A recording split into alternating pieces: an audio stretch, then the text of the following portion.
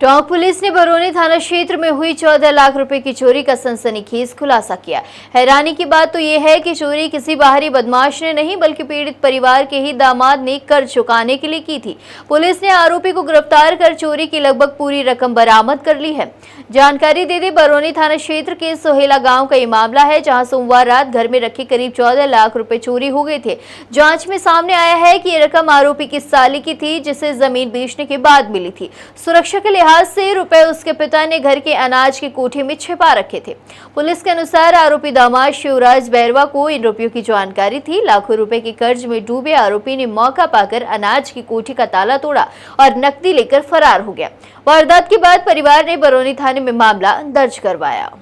वहीं इस मामले में एसपी रोशन मीणा के निर्देश में गठित पुलिस टीम ने सीसीटीवी फुटेज, तकनीकी साक्ष्यों और मुखबिर की सूचना के आधार पर 24 घंटे के भीतर आरोपी को डिटेन किया और पूछताछ में आरोपी ने चोरी करना कबूल कर लिया, जिसके बाद उसे गिरफ्तार किया गया।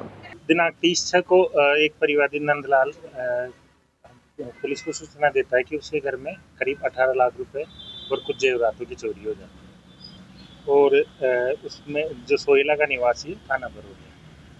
जब हम हमारी टीम वहाँ पे पहुँचती है तो उसमें चोरी हम कुछ अजीब प्रकार से दिखाई देती है, जो प्राथमिक रूप से जिस प्रकार से चोर चोरी करता है उस प्रकार से संदेहात्मक लगती है और एमओ भी बुलाते हैं, एफएसएल बुलाते हैं और उसकी जब हमने तफ्तीश शुरू करती है, हमने तुरंत, क्योंकि 18 लाख रुपये और साथ में ज्वेलरी बड़ी घटना थी, तो हमने तुरंत डीएसटी की टीम को अलर्ट कर दिया। डीएसटी टीम लगती है इसमें और इसके बाद में इसमें एफआईआर 247/26 दर 331/4 305 ए में दर्ज करी जाती है और जांच करने के बाद में हमने करीब 24 घंटे में ही हमने आरोपी की पहचान हो जाती है और उसके बाद से हमें उसमें से 13,58,500 रुपये हमने बरामद कर लिए।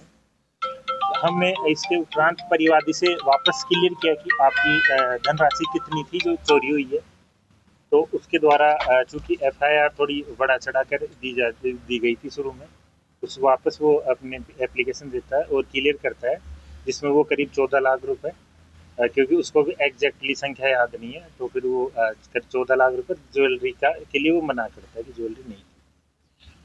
तो उसमें हमने लगभग 99.9% हमारी रिकवरी रही है और 24 घंटे के अंदर ही हमने इसमें दस्तयाब किया है। इसमें सबसे इंटरेस्टिंग बात ये थी कि जो चोरी करने वाला था वो उन्हीं के परिवार का सदस्य था, उन्हीं का रिश्तेदार था, जिसने मौके का फ़ायदा उठा के वो चोरी करी, जिसमें अपना कर्जा चुकाना और कुछ पैसे उसने अपने पास भी रखे, कुछ जो किसी से उधार ले रखे थे वो चुकाए। देखिए, आरोपी कौन है, क्या काम करता है, किस तरह का बैकग्राउंड उस आरोपी का है, उस बैकग्राउंड को लेकर क्या पुलिस ने जांच पड़ताल करती है? वो हमारे आईआई साहब बताएंगे आपको उसके बारे में डिटेल में, प्रेस नोट में हम डिटेल में दे देंगे उसके बारे में।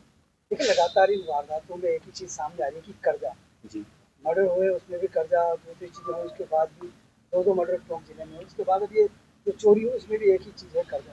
तो आखिर इसको लेकर किस तरह से अपराध बढ़ रहा है, क्या सोच रहे हैं अपराधी, आखिर किस तरह से इस अपराध को कर रहे हैं लोग?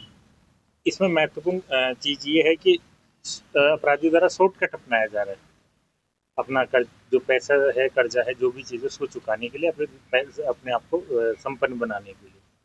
हमने, जैसे आपने पहले बताया, 2 मर्डर खोले हमने, चोरियाँ भी खोली है, तो पुलिस का काम है कि इस प्रकार के चोरों को का हौसला को गिराना और हम उसमें प्रभावशाली तरीके से काम कर रहे हैं, भविष्य में भी हम काम करेंगे। मेरा आप मीडिया मधुओं के माध्यम से एक ही सभी को एक ही मैसेज है कि आप किसी भी चीज़ का शॉर्टकट नहीं होता, हार्ड वर्किंग का कोई भी शॉर्टकट नहीं है। आप मेहनत कीजिए, ईमानदारी से काम कीजिए, ईमानदारी से अच्छा बिजनेस खड़ा कीजिए और उसमें आप सफल रह, अपने परिवार को भी खुश रख पाओगे, आप भी खुश रहोगे। अगर आप कोई चोरी करते हो तो फिर वो पुलिस उसके लिए आपके खिलाफ में कार्रवाई करेगी और आपको फिर उसकी सजा भुगतनी पड़ेगी। इस पूरी वारदात में कौन सी टीम रहती है, पुलिसकर्मियों का किस पुलिसकर्मी का सबसे अहम योगदान रहा, आखिर कैसे आरोपी तक पहुंची पुलिस?